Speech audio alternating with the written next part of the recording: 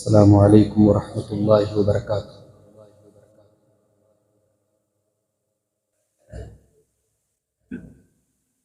الحمد للہ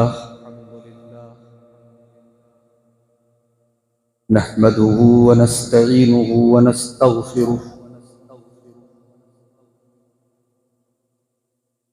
ونعوذ باللہ من شرور انفسنا ومن سیئات اعمالنا من يهده الله فلا مضل له ومن يضلل فلا هادي له وأشهد أن لا إله إلا الله وحده لا شريك له وأشهد أن محمدا عبده ورسوله يا أيها الذين آمنوا اتقوا الله حق تقاته ولا تموتن إلا وأنتم مسلمون يا أيها الناس اتقوا ربكم الذي خلقكم من نفس واحدة وخلق منها زوجها وبث منهما رجالا كثيرا ونساء واتقوا الله الذي تساءلون به والأرحام إن الله كان عليكم رقيبا يا أيها الذين آمنوا اتقوا الله وقولوا قولا سديدا يصلح لكم أعمالكم ويغفر لكم ذنوبكم ومن يطع الله ورسوله فقد فاز فوزا عظيما أما بعد فإن خير الحديث كتاب الله وخير الهدي هدي محمد صلى الله عليه وسلم وشر الأمور محدثاتها وكل محدثة بدعة وكل بدعة ضلالة وكل ضلالة في النار أعوذ بالله من الشيطان الرجيم بسم الله الرحمن الرحيم من عمل صالحا من ذكر أو أنثى وهو مؤمن فلنحيينه حياة طيبة وَلَنَجْزِيَنَّهُمْ أَجْرَهُمْ بِأَحْسَنِ مَا كَانُوا يَعْمَلُونَ۔ صدر محترم، علماء کرام، محترم بزرگوں، نوجوان ساتھیوں، پردہ نشین ماں اور بہنوں، پیارے بچوں، آج کے اس عظیم الشان پروگرام میں ابھی آپ نے ہماری جماعت کے انتہائی موقر عالم دین اور خطیب شیخ جلال الدین القاسمی حفظہ اللہ کا خطاب عظمت توحید کے موضوع پر سماعت کیا، اور ان سے پہلے شیخ سرفراز فیضی صاحب نے عظمت صحابہ پر گفتگو کی۔ مجھے پہلے یہ عنوان دیا گیا تھا کہ میں عظمت امام کائنات یعنی اللہ کے پیارے نبی جناب محمد رسول اللہ صلی اللہ علیہ وسلم کے موضوع پر، آپ کی فضیلت اور آپ کی عظمت کے موضوع پر کچھ خطاب کروں، لیکن چونکہ ایک موضوع اس کانفرنس کا، اس پروگرام کا عظمت نسواں بھی تھا، اور ہماری مائیں بہنیں بڑی اچھی خاصی تعداد میں آئی ہیں، اور شیخ عبدالحکیم مدنی حفظہ اللہ شاید آج کے پروگرام میں کسی عذر کی وجہ سے شامل نہیں ہو پائے، تو یہ ایک موضوع رہ گیا تھا، اس لیے منتظمین کی طرف سے مجھے یہ مکلف کیا گیا کہ اس موضوع پر میں کچھ آپ کے سامنے روشنی ڈالوں۔ میرے بھائیوں، قرآن کریم کے 14ویں پارے کی ایک آیت میں نے آپ کے سامنے پڑھی ہے۔ یہ آیت ایک بیس ہے، ایک بنیاد ہے۔ یہ آیت ہمیں بتاتی ہے کہ اسلام کی نظر میں عورت کا مقام کیا ہے۔ دنیا کے بہت سارے مذاہب میں عورت کے تعلق سے بہت کچھ کہا گیا ہے، یہاں اس کی تفصیل کا موقع نہیں ہے۔ ہمارے برادران وطن جو ہمارے ملک میں رہتے ہیں، ہمارے غیر مسلم بھائی، ان کی کتابوں میں بہت کچھ ایسا لکھا ہے، اگر آج اس کو پیش کیا جائے تو بڑے مسئلے پیدا ہوتے ہیں۔ لیکن الٹے اسلام کو بلیم کیا جاتا ہے کہ صاحب اسلام نے عورت کے ساتھ بڑی ناانصافی کی ہے، بڑا ظلم کیا ہے، اور اسلام کے اندر عورت کو بڑا دبا کے رکھا گیا ہے، عورت کو پردے کی قید میں ڈالا گیا ہے، وغیرہ وغیرہ۔ تو عورت کا مقام کیا ہے اسلام کی نظر؟ قرآن کا 14واں پارہ سورۃ النحل کی آیت نمبر 97، آیت نمبر 97۔ من عمل صالحا من ذکر او انثى وهو مؤمن، اے ایمان والو تم میں سے جو بھی نیک عمل کرے ایمان کی حالت میں، چاہے وہ مرد ہو چاہے وہ عورت ہو۔ اللہ تعالیٰ کے ہاں جینڈر کی بنیاد پر، جنس کی بنیاد پر، اس کے لنگ کی بنیاد پر کہ وہ مرد ہے یا عورت ہے، اس بنیاد پر اللہ تعالیٰ کیا کوئی فرق نہیں ہوگا۔ من عمل صالحا من ذکر او انثى وهو مؤمن، جو بھی مرد ہو یا عورت ہو اگر وہ ایمان والا ہے اور نیک عمل کرتا ہے، اللہ تعالیٰ دو چیزوں کی گارنٹی لے رہا ہے، فَلَنُحْيِيَنَّهُ حَيَاةً طَيِّبَةً، ہم اسے ایک پاکیزہ زندگی عطا فرمائیں گے، اسے ایک بہترین زندگی عطا فرمائیں گے، اسے سکون اور چین کی زندگی عطا فرمائیں گے۔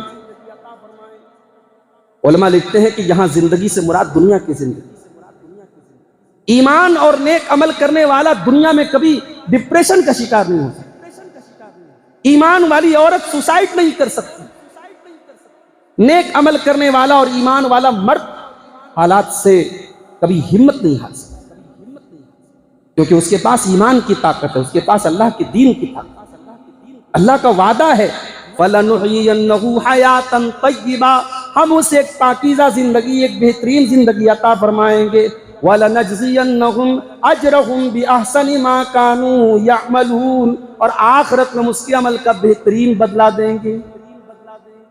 اللہ تعالیٰ کے ہاں جینڈر کی بنیاد پر تفریق نہیں ہوگی، ایسا نہیں ہے کہ مرد نماز پڑھے تو اس کو زیادہ ثواب ملے، عورت نماز پڑھے تو کم ثواب ملے، ایسا نہیں ہے۔ بلکہ آپ غور کیجئے، عورت کے ساتھ ایک نیچرل مجبوری ہے، اس کی نماز مردوں کے مقابلے میں کم رہے گی ہمیشہ، اس کے روزے ہر سال کچھ نہ کچھ ایسے رہیں گے کہ اس کو پورا کرنا ہے۔ یہ اللہ تعالیٰ نے ایک نیچرل مجبوری عورت کے ساتھ رکھی ہے۔ اتنی یعنی فطری اور نیچرل کمزوری کے باوجود اللہ کا اعلان ہے کہ ہمارے یہاں اس کے درجے میں کوئی کمی نہیں ہے، ایمان والا مرد بھی جنت میں جائے گا، ایمان والی عورت بھی جنت میں، بلکہ ایمان والی عورت کا جنت میں جانا زیادہ آسان ہے۔ آج تک آپ نے یہ حدیث سنی ہے تقریروں میں کہ صاحب عورتیں جہنم میں زیادہ جائیں گی، بالکل صحیح حدیث ہے، مگر یہ حدیث بھی ہماری ماں بہنوں کو سننے کی ضرورت ہے۔ اللہ کے نبی فرماتے ہیں عورت 4 کام کر لے جنتی ہے، جنت میں عورت کا جانا بہت آسان کام ہے، صرف 4 کام وہ کر لے۔ ايما امرأة صلت 5 وصامت شهرها وأطاعت زوجها وأحسنت فرجها، جو عورت 4 کام کر لے، 5 ٹائم کی نماز کی پابندی کرے، رمضان کا روزہ رکھے، اپنی شوہر کی اطاعت اور خدمت کرے اور اپنی آبرو کی حفاظت کرے، یہ 4 کام جو عورت کر لے، دخلت من ابواب الجنت شاءت، اس کے لیے جنت کے 8 دروازے کھول دیے جائیں گے، وہ جس دروازے سے چاہے جنت میں چلی جائے۔ یہ عورت کا مقام ہے۔ اب اگر اس پر آپ کو اعتراض ہے کہ صاحب اللہ کے نبی کی ایک حدیث پڑھ کر کے آج بہت سارے لوگ مذاق اڑاتے ہیں کہ اسلام نے عورت کا مذاق اڑایا ہے، آئیے وہ حدیث آپ کو سنا دیتا ہوں، بخاری اور مسلم کی حدیث۔ اللہ کے نبی فرماتے ہیں، خطبہ دے رہے تھے آپ، عورتوں کے درمیان آپ تقریر کر رہے تھے، اور تقریر کے دوران آپ نے فرمایا تصدقن فإنی رأیتکن اکثر اہل النار، اے عورتوں تم صدقہ کیا کرو، میں نے تم کو جہنم میں زیادہ دیکھا ہے۔ اس میں ایک نکتہ یہ بھی ہے کہ گھر کے مرد کو چاہیے کہ وہ عورتوں کو کچھ ایکسٹرا پیسہ بھی دیا جائے کہ صدقہ اور خیرات عورت زیادہ سے زیادہ کر سکے۔ جمعہ کے خطبے میں آپ کے گھر کی عورت آ رہی ہے تو 150 اس کو دے دو کہ مسجد میں چندہ دے دو. ہمیشہ اس کے پاس ایکسٹرا کچھ اتنا پیسہ ہو کہ کوئی سائل آئے, کوئی مانگنے والا آئے تو وہ مدد کر سکے. ہمارے یہاں تو صاحب جو ضروری خرچے کا پیسہ دیا جاتا ہے اس کا بھی بڑا سختی کے ساتھ حساب لیا جاتا ہے, ایکسٹرا کہاں سے کوئی دے رہا ہے. اللہ کے رسول کا یہ فرمانا تصدقنا, کوئی عورت کمانے کی مکلف نہیں, عورت کو کمانا نہیں ہے, کمانا مرد کی ذمہ داری ہے. یہ بھی اسلام کے اندر عورت کی بہت بڑی عظمت ہے. اللہ تبارک و تعالیٰ نے عورت کو کمانے سے آزاد کیا ہے. اگر وہ بیوی ہے تو شوہر کھلائے گا, اگر وہ ماں ہے تو بیٹا کھلائے گا, اگر وہ بہن ہے بھائی کھلائے گا. یعنی کسی بھی حیثیت میں عورت کو کمانے کی ذمہ داری اللہ تعالیٰ نے میرا دی. اب ذرا غور کیجئے, اللہ کے رسول کہہ رہے صدقہ کرو. ابھی میں وہ آیت بھی پڑھوں گا جس میں عورت کو زکوٰۃ کا حکم دیا گیا. اس کا مطلب کہ عورت کے پاس اتنا مال ہو سکتا ہے کہ وہ زکوٰۃ دے, اس کی ایسی پراپرٹی ہو سکتی ہے, وہ اتنی پراپرٹی بنا سکتی ہے, اتنا زیور رکھ سکتی ہے کہ اس کی زکوٰۃ دے. اللہ نے عورت کو الگ سے زکوٰۃ کا حکم دیا. آپ نے فرمایا صدقہ کرو, میں نے تم کو جہنم کے اندر زیادہ دیکھا ہے. سوال کیا عورتوں نے, اے اللہ کے نبی آپ نے ہم کو جہنم میں زیادہ کیوں دیکھا ہے؟ اس زمانے کی عورتیں تحقیق کرتی, ایسا نہیں ہے. اللہ کے رسول صلی اللہ علیہ وسلم نے کہہ دیا تو وہ چپ چاپ سن کے بیٹھ گئیں. ہم جہنم میں زیادہ جائیں گے تو کیوں جائیں گے؟ یہ بولنے کی آزادی, یہ فریڈم آف اسپیچ, یہ فریڈم آف ایکسپریس. اس زمانے میں عورتوں کو بولنے نہیں. حضرت عمر کہتے ہیں اسلام آنے کے پہلے مجال نہیں تھی کہ عورت, ہمارے گھروں میں عورت بول سکتی. مردوں کے میٹر میں تو عورت بالکل نہیں بول سکتی. یہ اسلام نے عورت کو اتھارٹی دی کہ نہیں وہ بول سکتی ہے, اس کو بولنے کی آزادی. آپ کبھی اس سوسائٹی کا جائزہ لے جس سوسائٹی میں اللہ کے نبی صلی اللہ علیہ وسلم آئے تھے. اس سوسائٹی میں عورت کی کیا حیثیت ہے؟ وہ 2023 اور 24 کے حالات نہیں تھے. آج عورتوں کے نام پر بڑے بڑے نعرے لگ رہے ہیں. وہ زمانہ ایسا تھا, عورت پیدا ہوتی تھی, بچی پیدا ہوتی تھی, اس کا باپ لے جا کر کے اپنے ہاتھوں سے اس کو گڈھا کھود کر کے دفن کر. وہ زمانہ ایسا تھا اپنی سوتیلی ماں سے بیٹا شادی کر لیتا تھا. وہ زمانہ ایسا تھا عورتیں سامان کی طرح بکا کرتی تھیں. وہ زمانہ ایسا تھا مرد کے مرنے کے بعد آپ کے بھارت کی سرزمین پر کتنے زمانے تک عورتیں ستی کی جاتی تھیں. شوہر مر گیا, بیوی کو پتی کے ساتھ پتنی کو جلا دیا گیا کہ صاحب یہ پتی مر گیا تو پتنی کو اس کے ساتھ چلی گئی. بیوی کا کیا قصور ہے بھائی؟ یہ حالات تھے. اس لیے آپ کی ایک کانفرنس کا جو عنوان ہے محسن انسانیت, اگر آپ غور کریں اللہ کے پیارے نبی صلی اللہ علیہ وسلم عورتوں کے لیے بھی بہت بڑے محسن بن کر, بہت بڑا احسان کیا آپ نے عورتوں کو. آپ نے عورتوں کو سب سے بڑھ کے جینے کا حق دیا تھا جس سوسائٹی میں ان کو جینے کا حق نہیں.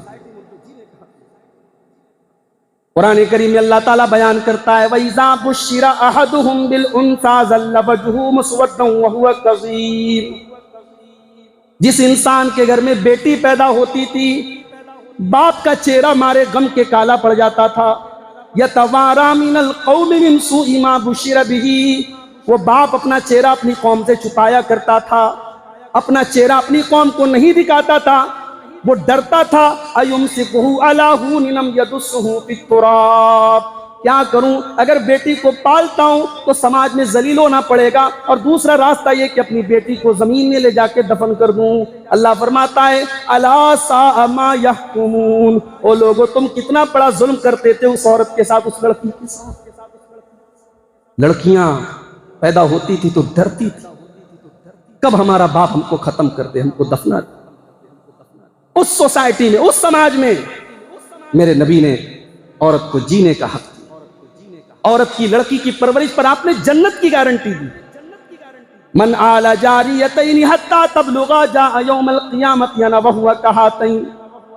آپ نے فرمایا جس کی 2 بیٹیاں ہیں, جس کی 2 لڑکیاں ہیں, اور اس نے ان دونوں لڑکیوں کی صحیح پرورش کی, اچھی پرورش کی, یہاں تک کہ وہ بیٹیاں بالغ ہو گئی, جوان ہو گئی, وہ قیامت کے دن اس حال میں آئے گا جیسے یہ دونوں انگلیاں ایک دوسرے کے ساتھ ملی ہوئی ہیں. وہ قیامت کے دن اپنے نبی کے ساتھ آئے گا.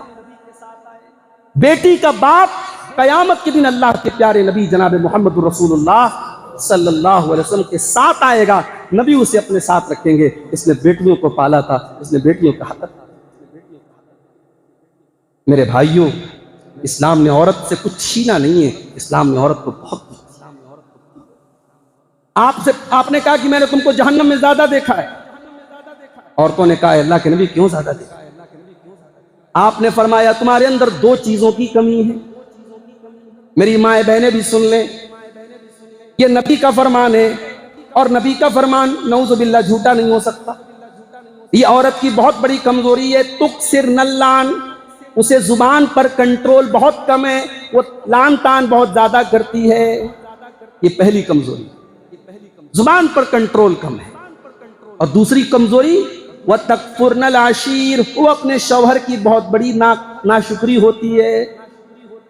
شوہر، کبھی آپ غور کریں شادی شدہ انسان کی زندگی کتنی لیمیٹڈ ہوتی ہے، اس کی فون کی کال ہسٹری آپ چیک کریں، 10 مرتبہ اس نے بات کیا تو 8 مرتبہ تو اس کی بیوی کا فون آتا ہے۔ ایک انسان کچھ اچھا کھاتا ہے اپنی بیوی کو کھلاتا ہے، مارکیٹ سے جا رہا ہے، اچھا کپڑا نظر آیا، اگر اللہ نے صاحب حیثیت بنایا ہے تو اپنی بیوی کو اپنی بچی کو کپڑا دلاتا ہے۔ بھائی شادی کے بعد ایک انسان کی زندگی اگر ہم دیکھیں، اس کو پرسنٹیج میں اگر ہم بانٹ دیں تو بیوی اور بچوں کے ارد گرد اس کی زندگی گھومتی ہے۔ اس شوہر کے ساتھ جو صبح اٹھ کر کے لے کر کے رات کو بستر پہ سونے تک اپنے بدن کا ایک ایک جو ہے، اپنے خون کا ایک ایک قطرہ اور اپنے پسینے کے ایک ایک قطرہ تیرے لیے بہاتا ہے، تو اس کی نافرمانی کرتی ہے، تو اس کے ساتھ بدتمیزی کرتی ہے، تو اس کی خدمتوں کی تو اس کی تمام کارناموں کی ناقدری کرتی، اس سے بڑھ کے ناشکری کرتی۔ اللہ کے نبی فرماتے ہیں وَتَكْفُرْنَ الْعَشِيرَ، تم بہت بڑی ناشکری ہوتی ہو اپنے شوہروں کی۔ اس کے بعد اگلا جملہ سنیے اللہ کے پیارے نبی کا، اور یہ جملہ ایسا ہے اس پر بڑا اعتراض کیا لوگوں نے۔ عورت کے حق میں لڑائی لڑنے والوں نے کہا صاحب یہ حدیث صحیح نہیں ہو سکتی، حالانکہ بخاری اور مسلم کی حدیث ہے۔ کیا فرمایا آپ نے؟ ما رأيت من ناقصات عقل ودین اذهب للب الرجل الحازم من احداکن، اے عورتوں تمہارے عقل کے اندر بھی کمی ہے، تمہارے دین کے اندر بھی کمی ہے، پھر بھی بڑے سے بڑے جینیس آدمی کی عقل کو تم غائب کر دیتی ہو، اس کے دماغ کو ختم کر دیتی ہو۔ یعنی عورت کے اندر یہ کلا ہے، یہ ہنر ہے کہ بڑے بڑے عقل مند کی عقل فیل ہو جائے۔ بھئی عورت کا فتنہ ایسا فتنہ ہے جو انسان ناز کرتا ہے صاحب میں بہت عقل مند ہوں، اس کی عقل گھاس چرنے چلی جائے گی، عورت کے اندر یہ صلاحیت، لیکن اس کے اندر اس کی عقل کم ہے، اس کا دین کم ہے۔ پھر بھی تو عورتوں نے پھر پوچھا کہ اے اللہ کے نبی ہماری عقل کم کیسے، ہمارا دین کم کیسے ہے؟ آپ نے فرمایا کیا 2 عورتوں کی گواہی ایک مرد کے برابر نہیں ہے؟ کہا کہ ہاں ہے، لیکن یہاں یہ بات یاد رہے کہ جو میٹر عورتوں سے ریلیٹڈ ہے وہاں 2 عورتوں کی گواہی ایک مرد کے برابر نہیں ہے، وہاں ایک عورت کی گواہی کافی ہے۔ یہ بھی یاد رکھیں آپ، لوگ اسلام پر بلیم کرتے ہیں کہ اسلام نے 2 عورتوں کی گواہی کو ایک مرد کے برابر مانا، اسلام نے یہ ڈسکریمنیشن کیا ہے، یہ فرق کیا ہے مرد و عورت کے درمیان۔ حالانکہ اللہ نے قرآن میں کہا یہ فرق ہم نے اس لیے کیا ہے ان تضل احداہما الاخری، کہ 2 عورتوں میں سے اگر ایک بھول جائے تو دوسری یاد دے۔ اور یہ آیت قرض کی آیت ہے۔ بھائی فائنینشیل معاملات میں، لین دین کے معاملات میں مرد کا دماغ زیادہ چلتا ہے بنسبت عورتوں کی، یہ مان لو نا بھائی۔ اب کوئی ایک عورت وہ بی کام کر لے، ایم کام کر لے، کامرس میں ماہر ہو جائے، وہ الگ بات ہے۔ اگر ہم علل عموم بات کریں گے، اگر ہم ایک کامن بات کریں گے تو حساب کتاب کے معاملے میں عورت سے مرد آگے ہوتا ہے۔ حساب کتاب کو یاد رکھنے کے معاملے میں عورت کمزور ہوتی ہے، اس لیے فائنینشیل میٹرز میں عورت کی گواہی مرد کی آدھی ہے۔ لیکن آپ رضاعت کا مسئلہ لے لیں، اگر کوئی ایک عورت عدالت میں آ کے کہتی ہے میں نے اس کو دودھ پلایا ہے، یہ میرا رضائی بیٹا ہے، اسلامی عدالت اس کو مان لے گی، وہاں دوسری عورت کی ضرورت نہیں پڑے گی، اس ایک عورت کی گواہی کافی ہے، کیونکہ میٹر عورت سے ریلیٹڈ ہے۔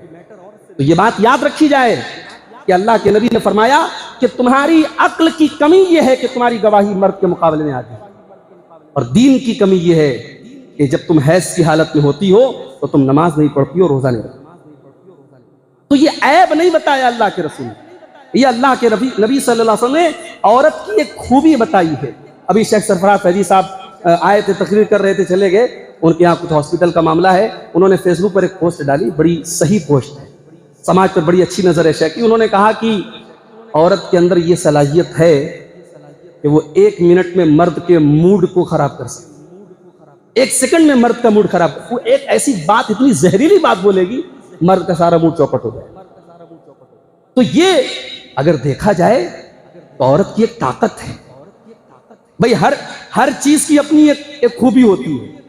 آگ کا کام جلانا ہے, پانی کا کام بجھانا ہے. آگ کا اپنا کام ہے, پانی کا اپنا کام ہے.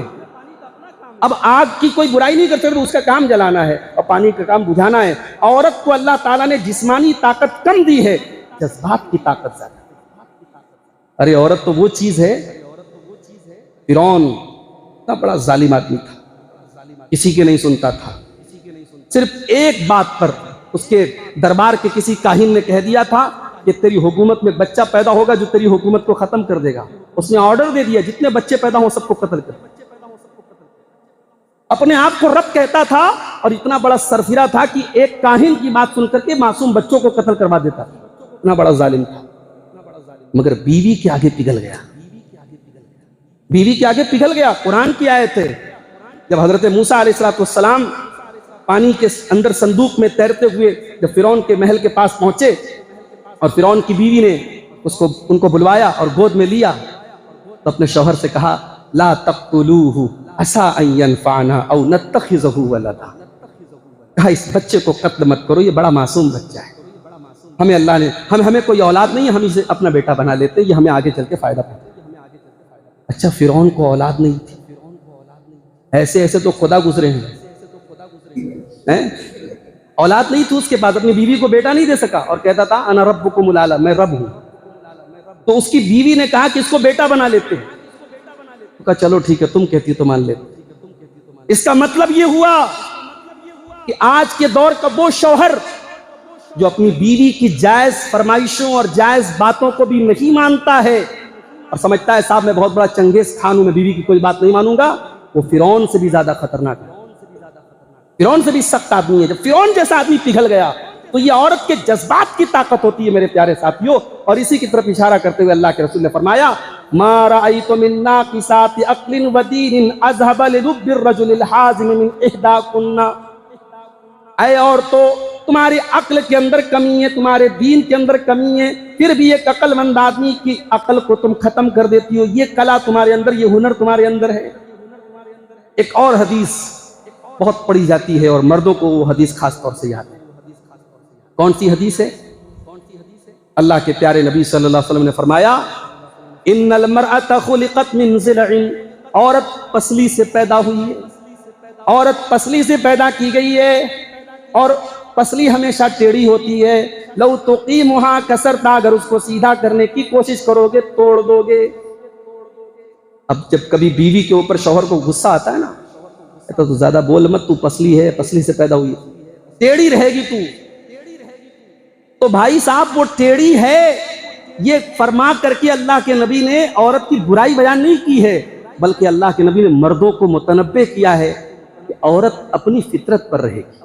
اس کا اپنا ایک مزاج ہے, اپنا اس کا ایک نیچر ہے, اس کو تم بدل نہیں سکتے. قرآن کہتا ہے أَوَمَن يُنَشَّأُ فِي الْحِلْيَةِ وَهُوَ فِي الْخِصَامِ غَيْرُ مُبِينٍ. عورت ہمیشہ زیورات میں پلی بڑی ہے اور جھگڑا کرنے کے ٹائم اپنی بات کو صحیح طریقے سے بیان نہیں کر سکتی. کبھی عورت اگر جھگڑا کرے گی نا, مدے کی بات نہیں کرے گی, ادھر ادھر کی بات دنیا بھر کی کرے گی.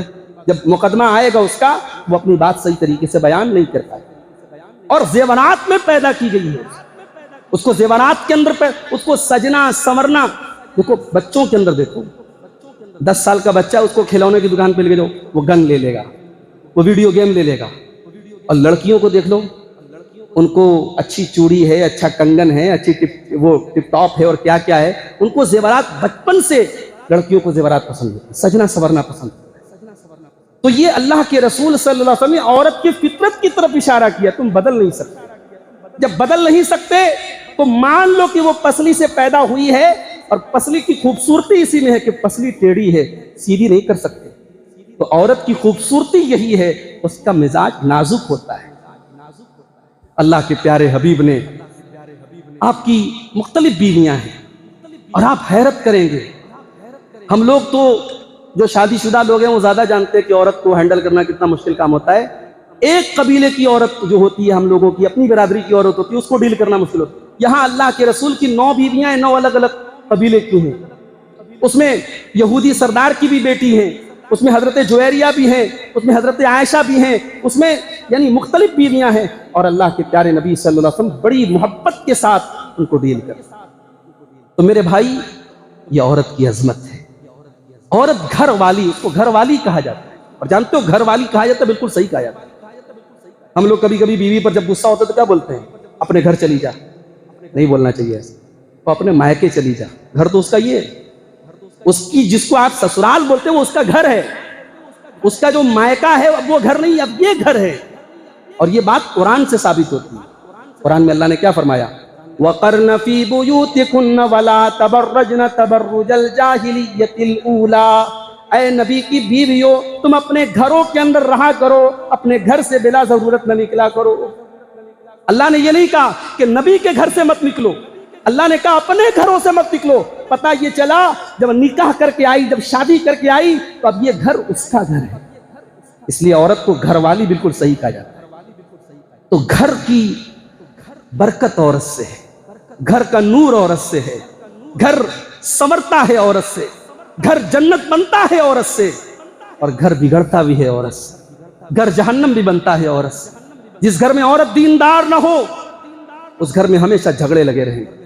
اس گھر کا مرد ڈپریشن کا شکار رہے گا، اس گھر کے اندر سکون نہیں رہے گا. اور جس گھر کو اللہ نے دیندار عورت دے دی، کیا خوش ہے. اور جانتے ہو دیندار عورت کون ہوتی ہے؟ میری مائیں بہنیں نوٹ کر لیں اس بات کو. جب ہم کہتے ہیں صاحب دیندار بنو، تو عورتیں سمجھتی ہیں 5 ٹائم کی نماز کی پابندی کرو، رات میں تہجد پڑھو، دن بھر اللہ اللہ کرو، خود تقریریں سنو، خود مطالعہ کرو. یہ تو چیز ہے، یہ دینداری کی ایک علامت ہے. مگر ایک شادی شدہ عورت اگر دیندار بننا چاہتی ہے تو 3 چیزیں اپنے اندر پیدا کرے. اللہ کے پیارے نبی سے پوچھا گیا صلی اللہ علیہ وسلم، ای النساء خیر، اے اللہ کے نبی کون سی عورت سب سے اچھی عورت ہے؟ اللہ کے نبی کا جواب سنو، میری مائیں بہنیں خاص طور سے. ای النساء خیر، کون سی عورت سب سے اچھی عورت ہے؟ آپ نے فرمایا التی تسرہ اذا نظر، جب شوہر دیکھے تو خوش ہو جائے. کیا مطلب؟ شوہر کے جذبات کا خیال ہے. یہ نہ ہو کہ 31 دسمبر کی رات ہے اور ممبئی کی سڑکیں بڑی روشن ہیں اور ہر طرف جشن کا ماحول ہے، تو شوہر سے کہتی ہے چلو مجھے تھوڑا گھما دو. جب باہر جانا ہوا، جب کئی فنکشن میں جانا ہوا، سج سور کے جا رہی ہے، میک اپ کر کے جا رہی ہے، خوشبوؤں میں بس کے جا رہی ہے. اور جب شوہر گھر میں آتا ہے تو وہی مسالے کی باس ہے، وہی تیل کی مہک ہے، وہی بدبودار کپڑا ہے اور وہی گھریلو لباس ہے. ایک دیندار عورت کی نشانی حدیث کی روشنی میں یہ ہے، وہ اپنے شوہر کے لیے سجے، اپنے شوہر کے لیے سنورے، اپنی زینت، اپنے آپ کو اتنا خوبصورت بنائے کہ جب شوہر گھر میں آئے تو اس کے ذہن کی ساری کثافت دور ہو جائے، اس کی ساری ٹینشن دور ہو جائے. وہ اگر کوئی ٹینشن لے کے آیا ہے تو بیوی کا مسکراتا ہوا چہرہ دیکھ کر کے بھول جائے. یہ ایک عورت کا کردار ہے.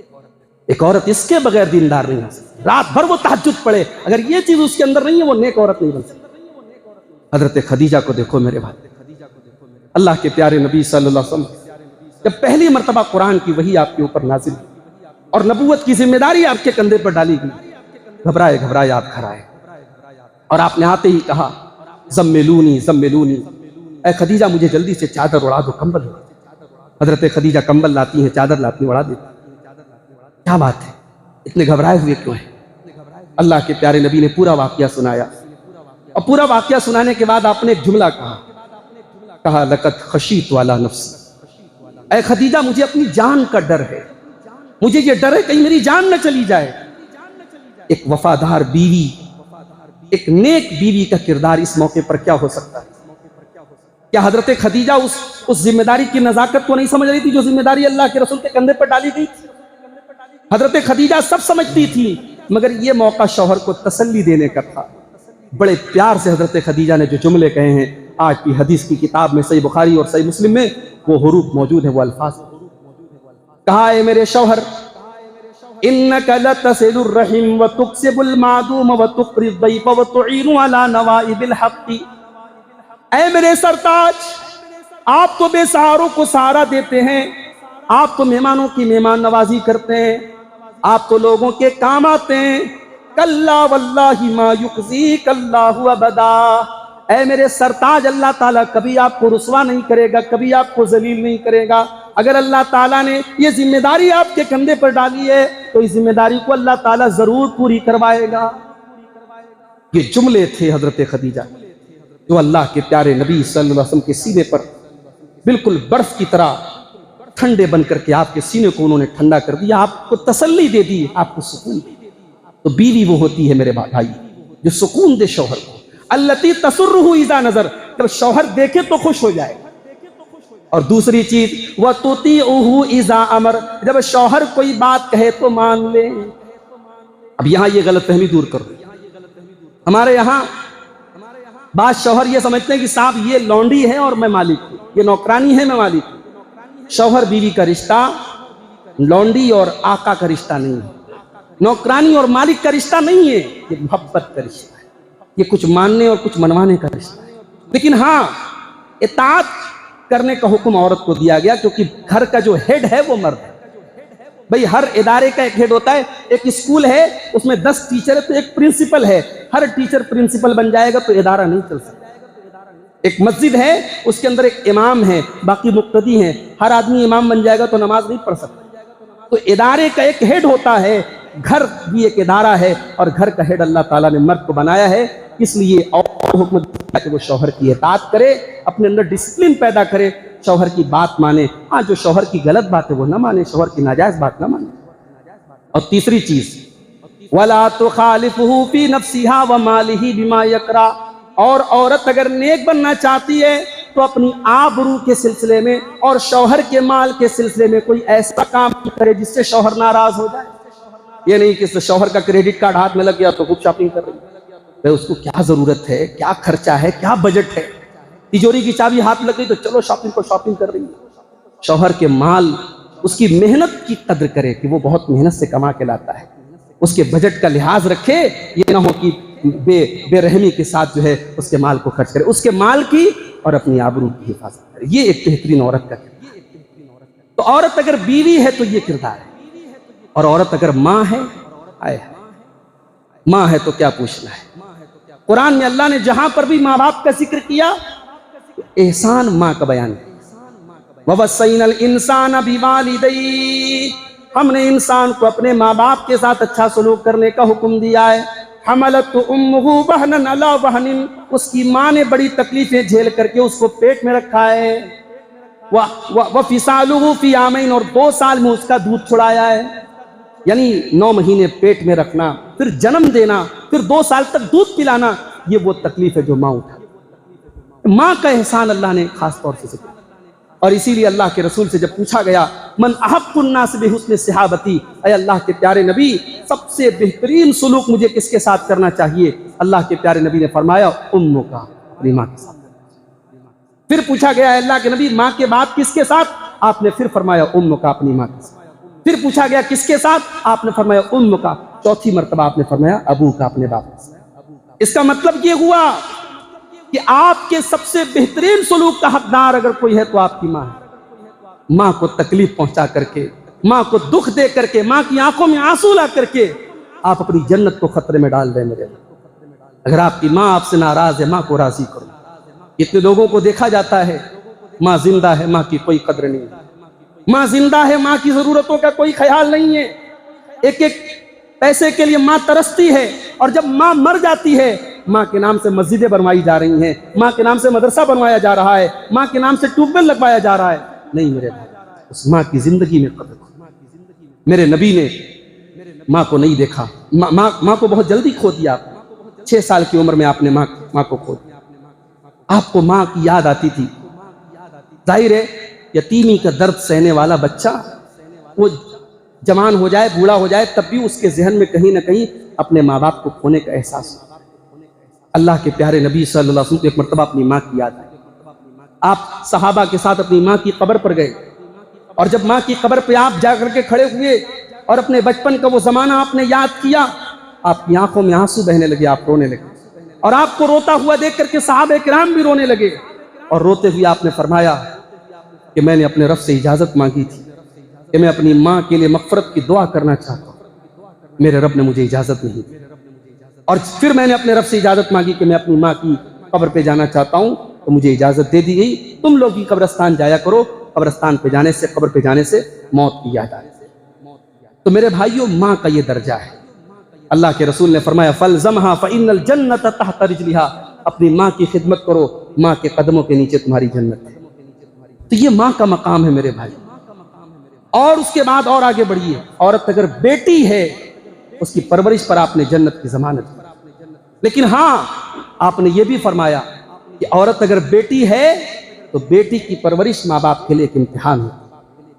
آپ نے فرمایا من ابتلی من هذه البنات شیئا، جس کو اللہ تعالیٰ بیٹی دے کر کے آزماتا ہے، کن لہ سترا من النار، اور اس امتحان میں وہ باپ کھڑا اتر جاتا ہے، وہ بیٹی اپنے ماں باپ کو جہنم کی آگ سے بچانے کا کام کرتی ہے۔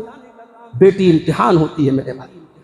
اور آج کے اس دور میں جب آپ کی بیٹیوں کو برباد کرنے کے لیے اور ان کو مرتد بنانے کے لیے اور ان کو بے دین اور بے حیا بنانے کے لیے سوشل میڈیا کا بھی حملہ ہو رہا ہے، اور بے غیرت اور بے حیا لوگ چاروں طرف اس انتظار میں ہیں کہ ہمارے اور آپ کے گھروں کی یہ بیٹیاں اور بہنیں یہ کب اسلامی تعلیمات سے باہر نکلیں اور ان کو شکار کیا جائے۔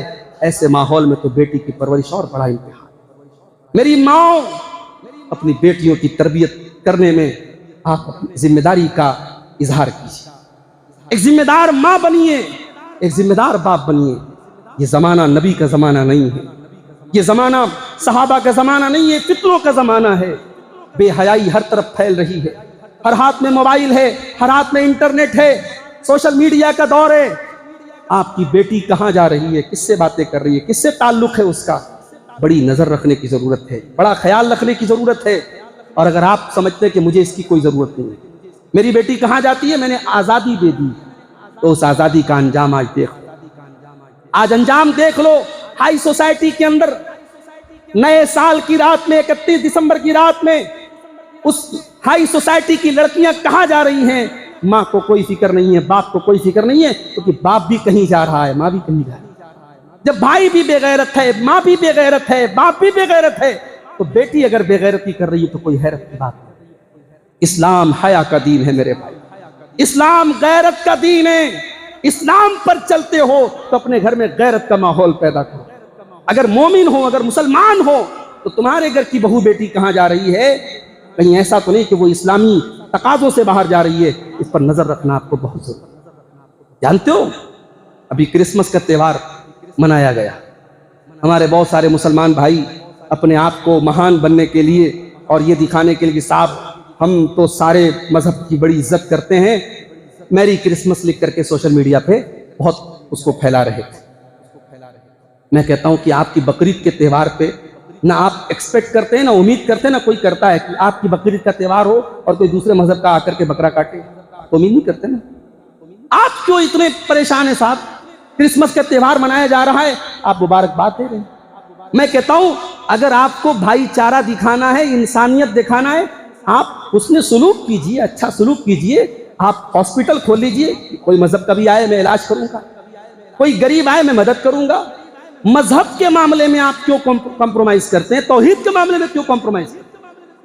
کرسمس کے تہوار پر کرسمس منانے والا یہ عقیدہ رکھتا ہے کہ صاحب اللہ کو بیٹا پیدا ہوا، وہ یہ عقیدہ رکھتا ہے نعوذ باللہ کہ اللہ کو بیٹا پیدا ہوا، اور ہمارے عقیدے کے اعتبار سے یہ اللہ کو گالی دی جا رہی ہے۔ اگر کوئی عقیدہ رکھتا ہے کہ اللہ کو بیٹا ہوا، اللہ کو گالی دے رہے ہیں اور آپ اس کو مبارکباد دے رہے ہیں۔ تو کرسمس کے تہوار پہ بہت کچھ ہوتا ہے۔ یہ جو حضرت عیسیٰ جب پیدا ہوئے تو قرآن میں اللہ نے بیان کیا کہ حضرت مریم ان کو گود میں لے کر کے پہنچی اپنی قوم کے پاس۔ جب گود میں لے کر کے قوم کے پاس پہنچی تو قوم نے کیا کہا؟ یا اخت ہارون ما کان ابوک امرأ سوء وما کانت امک بغیا، اے ہارون کی بہن، نہ تو تیرا باپ بدچلن تھا نہ تیری ماں بدچلن تھی، اے ہارون کی بہن تو کیسے بدچلن بن گئی؟ اس آیت میں اللہ تعالیٰ نے 3 رشتوں کو ذکر کیا۔ حضرت مریم کے کوئی بھائی تھے، ان کا نام ہارون تھا۔ یہ وہ ہارون نہیں، حضرت موسیٰ کے بھائی ہارون نہیں، کوئی دوسرے ہارون۔ تو اللہ نے کہا کہ قوم کے لوگوں نے کہا کہ اے ہارون کی بہن، نہ تو تیرا باپ بدچلن تھا، نہ تیری ماں بدچلن تھی، تیرا بھائی بھی نیک انسان تھا، تو کیسے بدچلن بن گیا؟ اس کا مطلب یہ ہوا کہ یہ تین رشتے، بھائی، ماں اور باپ، یہ تین رشتے اگر صحیح ہیں تو بیٹیوں کے بگڑنے کے چانس بہت کم ہیں۔ جس گھر میں بھائی بگڑ جائے، جس گھر میں ماں آوارہ ہو جائے اور جس گھر میں باپ بدچلن ہو جائے، اس گھر کی بچیوں کے اخلاق خراب ہونے کے چانسز بہت زیادہ ہیں۔ اگر یہ تین رشتے صحیح، اگر بھائی صحیح ہے، باپ صحیح ہے، اور بھائی، ماں اور باپ، یہ تین رشتے اگر صحیح ہے تو بیٹیاں انشاءاللہ بگڑیں گی۔ آج ہم لوگ کہتے ہیں صاحب بیٹیاں بگڑ رہی ہیں۔ ہمارے یوپی میں بریلی میں مدرسے کی پڑھی لڑکی مرتد ہوگی صاحب، مدرسے میں پڑھی تھی وہ لڑکی، اسکول میں نہیں، کالج میں نہیں، مدرسے میں 8 سال پڑھی ہے، اور آج کسی غیر کے ساتھ بھاگ گئی وہ، اس نے اسلام چھوڑ دیا، اس نے دوسرا مذہب قبول کر لیا۔ ہم تقریریں کرتے رہ گئے، ہم بیان کرتے رہ گئے، ہم رونا روتے رہ گئے۔ ہم نے کبھی یہ نہیں سوچا کہ پانی مر کہاں رہا ہے، ہماری یہ قوم کی بیٹیاں کیوں مرتد ہو رہی ہیں؟ کیونکہ ہماری بنیادیں خراب ہے میرے بھائی۔ ہمارے یہاں شادیاں ہوتی ہیں، رشتے ہوتے ہیں، رشتوں میں سب سے پہلے ہم برادری دیکھتے، سب سے پہلے ہم مال دیکھتے، سب سے پہلے ہم دیکھتے جہیز کہاں سے ملے، کہاں گیا رفع ہے، بالکل صحیح ہونا چاہیے، تراویح 8 رکعت سے زیادہ نہیں ہونی چاہیے، بس یہی تک ہے ہماری اہل حدیث سے۔ رشتے ناطے میں آج ہمارے یوپی کے بہت سارے لوگ بیٹھے، سدھارتھ نگر بستی کے، گوڈا کے بہت سارے لوگ بیٹھے، میں بنارس کا ہوں، یوپی کا ماحول بہت اچھی طریقے سے دیکھتا ہوں۔ ہمارے یہاں شادیوں میں کیا ہو رہا ہے؟ کون سی ایسی برائی ہے جو آج ہمارے یہاں شادیوں میں نہیں پائی؟ جہیز کی ڈیمانڈ ہے، بے پردگی ہے، بے حیائی ہے۔ تو جب بنیاد غلط ہے، رشتہ شادی کی بنیاد جب غلط ہو رہی ہے تو اس بنیاد پر کھڑا ہونے والا گھر اور عمارت کیسے صحیح ہوتی ہے؟ اسی لیے اللہ کے نبی فرماتے ہیں تنکح المرأۃ لأربع، جب عورت کا نکاح ہوتا ہے 4 چیزیں اس کے اندر دیکھی جاتی ہیں، لمالہا ولدینہا ولجمالہا، مال دیکھا جاتا ہے، خوبصورتی دیکھی جاتی ہے، خاندان دیکھا جاتا ہے، اور دینداری دیکھی جاتی ہے۔ فاظفر بذات الدین، دیندار عورت کو اپنے گھر میں لے کے آ جاؤ، کامیاب ہو جاؤ۔ ہم تو اے سی کے پیچھے بھاگ گئے، ہم تو 4 ویلر کے پیچھے بھاگ گئے، ہم تو 2-2 4-4 لاکھ کی ڈیمانڈ کے پیچھے بھاگ گئے، ہم نے دین کو ترجیح نہ دی۔ کتنی دیندار غریب گھروں کی بیٹیاں ہیں آج اچھے رشتوں کے لیے ترس رہی ہیں، ان کا قصور صرف یہ کہ ان کا باپ غریب ہے۔ آج بہار اور جھارکھنڈ کے جلسوں میں جاتا ہوں، وہاں لوگوں نے بتایا کہ غریب باپ اپنی بیٹیوں کی شادی کرنے کے لیے بینک سے لون لے رہا ہے، اپنے گھر اور مکان کو بیچ رہا ہے، تب وہ اس لائق ہو رہا ہے کہ اپنی بیٹیوں کی شادی کرے۔ پوری اسلامی تاریخ میں یہ دور کبھی نہیں دیکھا ہے کہ بیٹی کو اتنا بڑا بوجھ بنا دیا گیا ہو کہ بیٹی کی شادی کرنے کے لیے باپ کو گھر بیچنا پڑے، باپ کو بینک سے لون لینا پڑے۔ آج وہ حالات ہو گئے میرے بھائی، اللہ کے واسطے ہوش کے ناخن، حالات بہت گڑبڑ ہو رہے ہیں، پانی سر سے اوپر جا رہا ہے، قوم کی بیٹیاں بڑی تیزی سے مرتد ہو رہی ہیں، اور آپ معاف کیجئے گا اپنے گھر کی عورتوں کو جتنا دین سکھانا چاہیے نہیں سکھا پا رہے۔ ہمارے یہاں جلسے ہوتے ہیں، ماشاءاللہ عورتیں آئی ہیں، بہت اچھی بات ہے، لیکن جلسے سال میں 1 بار ہوتے ہیں۔ انسٹاگرام تو روز چل رہا ہے، فیس بک تو روز چل رہا ہے، واٹس ایپ تو روز چل رہا ہے، اور یہ تمام برائیاں تو روز ہو رہی ہیں۔ سال میں 1 بار تقریر سنا دینے سے عورتوں کی اصلاح نہیں ہوتی۔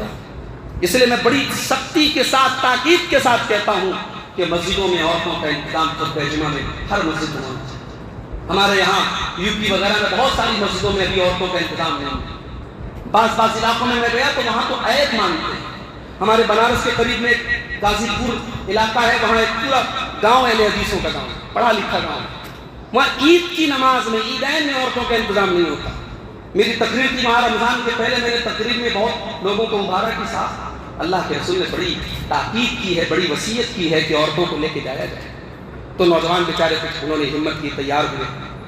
رمضان میں میرے پاس فون آیا کہ مولانا لوگوں نے ہمت کی ہے، اس سال ہم لوگ عورتوں کا انتظام کریں گے اور آپ ہی کو آ کر کے عید کی نماز پڑھانا۔ میں چلو میں پڑھا پڑا، لیکن پھر 1 ہفتہ پہلے، عید سے 1 ہفتہ پہلے میرے پاس فون آیا کہ مولانا ہمارے گاؤں کے جو بڑے بوڑھے لوگ ہیں وہ تیار نہیں ہیں۔ یعنی آپ یہ سوچیں اہل حدیث گاؤں ہے، لیکن وہاں عیب مانا جا رہا ہے کہ 7 عیدین کی نماز میں عورتوں کو ہم لے کے نہیں جا سکتے۔ یہ مزاج ہے میرے بھائی، اس کی اصلاح کرو۔ کم سے کم اہل حدیث کی مسجدوں میں تو ہر حال میں پردے کا انتظام عورتوں کے لیے ہونا چاہیے، اور میں بڑی تاکید کے ساتھ کہتا ہوں کہ آپ اپنے گھر کی عورتوں کو جمعہ کے خطبے میں لے کے جائیں، اور صرف یہ نہ ہو کہ ماں جائے، ساس جائے اور بہو نہ جائے، ساس بھی جائے، بہو بھی جائے، ماں بھی جائے، بیٹی بھی جائے۔ دین سیکھنے کی سب کو ضرورت ہے۔ سال میں 48 جمعہ کے خطبے کم سے کم ہوں گے، 48 مرتبہ آپ کے گھر کی عورتیں جب آدھا گھنٹہ جمعہ کا خطبہ سنیں گی، وہ دین کی بہت ساری موٹی موٹی باتیں سیکھ لیں گی اور جان لیں گے۔ اللہ کے پیارے حبیب عورتوں کے اوپر بڑی محنت کرتے تھے۔ عورتیں آ کر کے اللہ کے نبی سے کہتی ہیں کہ اللہ کے نبی آپ مردوں کو بہت تقریر کرتے ہیں، نصیحت کرتے ہیں، ہمیں آپ موقع نہیں دیتے۔ اللہ کے پیارے نبی صلی اللہ علیہ وسلم نے ہفتے کا ایک دن الگ سے مقرر کیا عورتوں کو۔ اور اتنا ہی نہیں، اس زمانے کی عورتیں اللہ کے رسول صلی اللہ علیہ وسلم کا ایک حکم سن کر کے اتنا تیز عمل کرتی تھی کہ حدیث میں آتا ہے کہ ایک مرتبہ جب مسجد سے اللہ کے پیارے نبی نکلے تو آپ نے دیکھا کہ عورتیں اور مرد کا اختلاف ہو رہا ہے۔ اسلام نے اس بات کو گوارا نہیں کیا ہے کہ مردوں اور عورتوں کا اختلاف، کوئی بھی گیدرنگ ہو تو مردوں کا انتظام الگ ہو، عورتوں کا انتظام الگ ہو۔ اسلام نے ایسی شادیاں اسلام میں الاؤڈ نہیں ہیں، بفے سسٹم چل رہا ہے صاحب، مرد بھی وہاں جا کے کھانا لے رہا ہے، پیچھے عورت بھی کھڑی ہے، اور یہ مسلمان کی شادی ہے اور ماشاءاللہ داڑھی والے کی شادی ہے۔ اللہ کے واسطے اصلاح کر لو میرے بھائی۔ اگر آپ کے پاس 4 پیسے ہو گئے اور آپ کا اسٹیٹس سماج میں بلند ہو گیا، اس کا مطلب یہ نہیں کہ شادیوں میں آپ بے پردگی کی اجازت مل گئی۔ اگر بے پردگی حرام ہے تو شادی کے موقع پر بھی حرام ہے، ہر حال میں حرام ہے۔ عورتیں نکل رہی ہیں اور مردوں اور عورتوں کا اختلاف ہو رہا ہے۔ اللہ کے پیارے نبی صلی اللہ علیہ وسلم نے فرمایا علیکن بحافات الطریق، اے عورتوں تم کنارے سے چلو، فإن لیس لکم ان تحفظن الطریق، تمہارا کام بیچ راستے میں سے چلنا نہیں ہے، کنارے سے چلا کرو۔ اتنا فرمانا تھا کہ اس دن کے بعد سے عورتیں اتنا کنارے سے چلنے لگیں کہ حدیث کے الفاظ ہیں کہ کبھی کبھی ان کا کپڑا دیوار میں پھنس جایا کرتا تھا، وہ بالکل دیوار سے چپک کے چلا کرتا۔ قرآن کی جب یہ آیت نازل ہوئی وَلْيَضْرِبْنَ بِخُمُرِهِنَّ عَلَىٰ جُيُوبِهِنَّ، عورتیں اپنے دوپٹے کو اپنے سینے پر رکھیں، اپنے گریبان پر رکھیں۔ حضرت عائشہ کہتی ہیں کہ مہاجر عورتیں ان کے پاس دوپٹہ کم تھا، ایک چادر ہوتی تھی تو ایک چادر وہ سر پہ اوڑھتی تھی اور چادر کو انہوں نے 2 ٹکڑے کر دیا، اور ایک چادر وہ خاص طور سے اپنے سینے کو کور کرنے کے لیے، اپنے گریبان کو کور کرنے کے لیے پہنے گھوڑا کر۔ یہ اس زمانے کی عورتیں، ان کے اندر شرم و حیا تھی، غیرت تھی۔ آج ہمیں ماننا پڑے گا میرے بھائی، آج سماج اور سوسائٹی سے، مردوں کے اندر سے بھی عورتوں کے اندر سے بھی شرم و حیا نکل، اور اسی لیے آج گھر برباد ہے، سماج اور سوسائٹی برباد ہے۔ اللہ کے واسطے اپنے بچوں کی تربیت میں اس بات کا لحاظ رکھو کہ بچیاں بچپن سے شرم و حیا کی بنیادوں پر ان کی تربیت تھی۔ تو یہ چند باتیں عورتوں کے تعلق سے تھیں۔ آخر میں یہی کہنا چاہوں گا کہ اپنے بچوں کو اور اپنی بیٹیوں کو آپ صحیح تربیت کریں اور اللہ سے دعا بھی کیا کریں۔ 2 دعائیں میں سکھا دیتا ہوں، بتا دیتا ہوں، اس کو یاد کر لیں آپ۔ یہ ایک دعا آپ کو ملے گی قرآن کے 19ویں پارے میں سورہ فرقان کے آخر میں۔ یہ ایمان والے یہ دعا کرتے ہیں ربنا هب لنا من ازواجنا وذرياتنا قرة اعين، اے ہمارے پروردگار ہمارے بیوی بچوں کو ہماری آنکھوں کی ٹھنڈک بنا دے، واجعلنا للمتقین اماما، اور ہمیں تو متقیوں کا امام بنا دے۔ ایک تو یہ دعا یاد کر لیجیے، اور دوسری دعا جو حضرت ابراہیم علیہ السلام کی دعا ہے رب اجعلنی مقیم الصلاۃ ومن ذریتی، اے میرے پروردگار مجھے بھی تو نماز کا پابند بنا دے، میرے بچوں کو بھی نماز کا پابند بنا دے۔ یہ دعائیں ہیں اولاد کے حق میں، ان کو یاد کر لیں۔ اس کے علاوہ اپنی زبان میں بھی آپ جب دعا کے لحاظ اٹھائیں، اپنے بیوی بچوں کے لیے آپ دعا کریں، ان کی تربیت کی کوشش بھی کریں اور ان کے لیے دعا بھی کریں، کیونکہ دل کا ریموٹ کنٹرول اللہ کے ہاتھ میں، دلوں کو پھیرنے والا اللہ تعالیٰ ہے۔ اگر ہمارے گھروں کے بچے اور بچیاں آج غلط راستے پر جا رہے ہیں تو اللہ تبارک و تعالیٰ ان کے دل کو صحیح کر سکتا ہے، پھیر سکتا ہے۔ یہ چند باتیں خواتین کے تعلق سے اور گھروں کے تعلق سے تھی۔ اللہ سے دعا ہے رب العالمین ہمیں اپنے گھر کی خواتین کی صحیح تربیت کرنے کی توفیق عطا فرمائے، اور خواتین کو جو مقام اسلام نے دیا ہے اللہ تعالیٰ انہیں سمجھنے کی ہم سب کو توفیق عطا فرمائے۔ ہماری ماں بہنوں کو بھی اللہ تعالیٰ اپنے مقام اور اپنی عظمت کو سمجھنے کی توفیق عطا فرمائے، اور اسلامی تعلیمات پر عمل کرنے کی اور اپنی زندگی میں ان کو لانے کی اللہ تعالیٰ توفیق عطا فرمائے۔ آمین۔ وآخر دعوانا الحمدللہ رب العالمین۔ السلام علیکم ورحمۃ اللہ۔